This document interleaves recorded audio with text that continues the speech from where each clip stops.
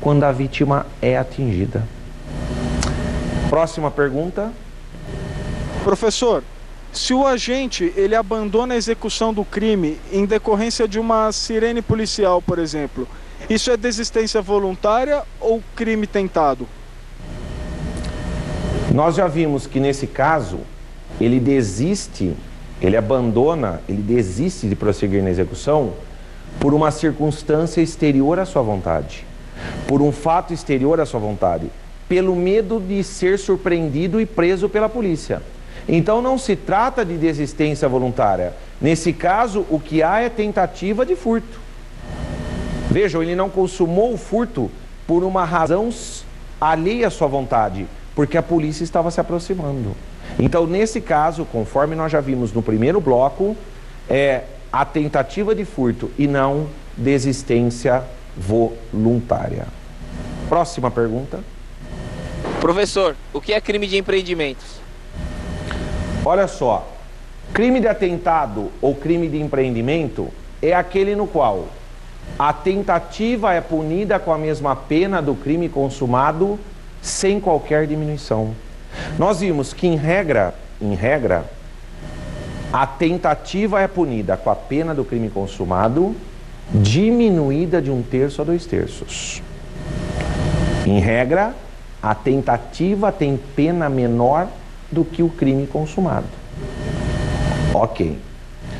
Mas em alguns casos, como exceção, a tentativa tem a mesma pena do crime consumado sem nenhuma redução.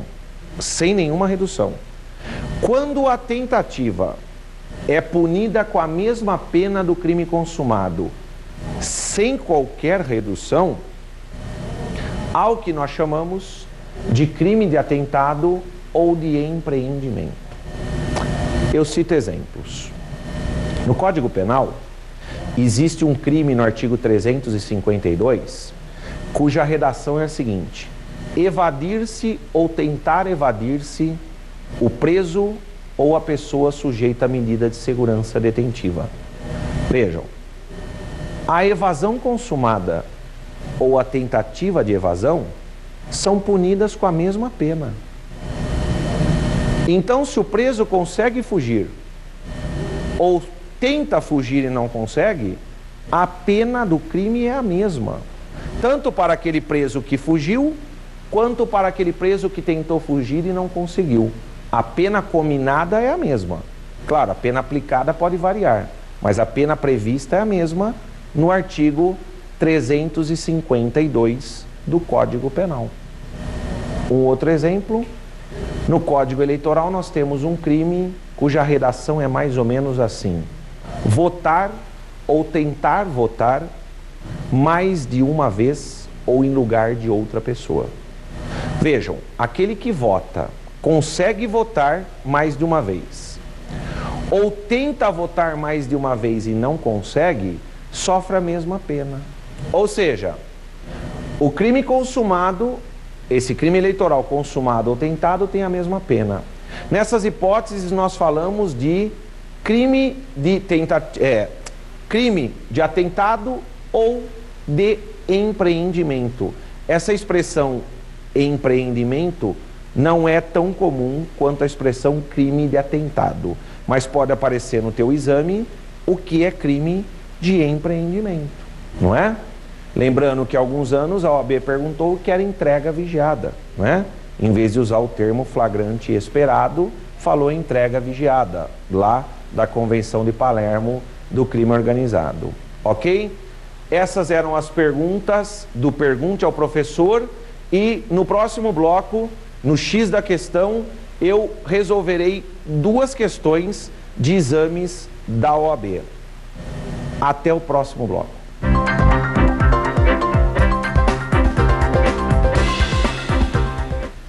Vejam, agora nesse bloco, o X da questão, nós vamos resolver 2 questões de exames da OAB, questões que foram adaptadas para que pudessem ser utilizadas na aula de hoje, e nós vamos explorar mais um pouco aquilo que já foi dito nos blocos anteriores, ok? A primeira questão, que é uma questão do exame da OAB adaptada diz o seguinte: A. Funcionário público apropriou-se da quantia de R$10.000 dos cofres públicos, sendo que isso foi possível em razão da função exercida por ele no órgão público. Durante a tramitação do inquérito, por sugestão do delegado de polícia, A restituiu R$9.000 do valor apropriado, alegando que R$1.000 foram gastos com medicamentos para a mãe dele. Nesse caso, pode-se afirmar que A não responde por nenhum crime por ter agido em estado de necessidade de sua mãe. Vejam, a alternativa A está errada. Porque ainda que fosse verdade que ele usou R$1.000 para medicamentos da mãe, isso por si só não configuraria estado de necessidade. E além disso, ainda que configurasse estado de necessidade quanto aos R$1.000, a verdade é que ele se apropriou de R$10.000. Então, em relação a R$9.000, não houve estado de necessidade.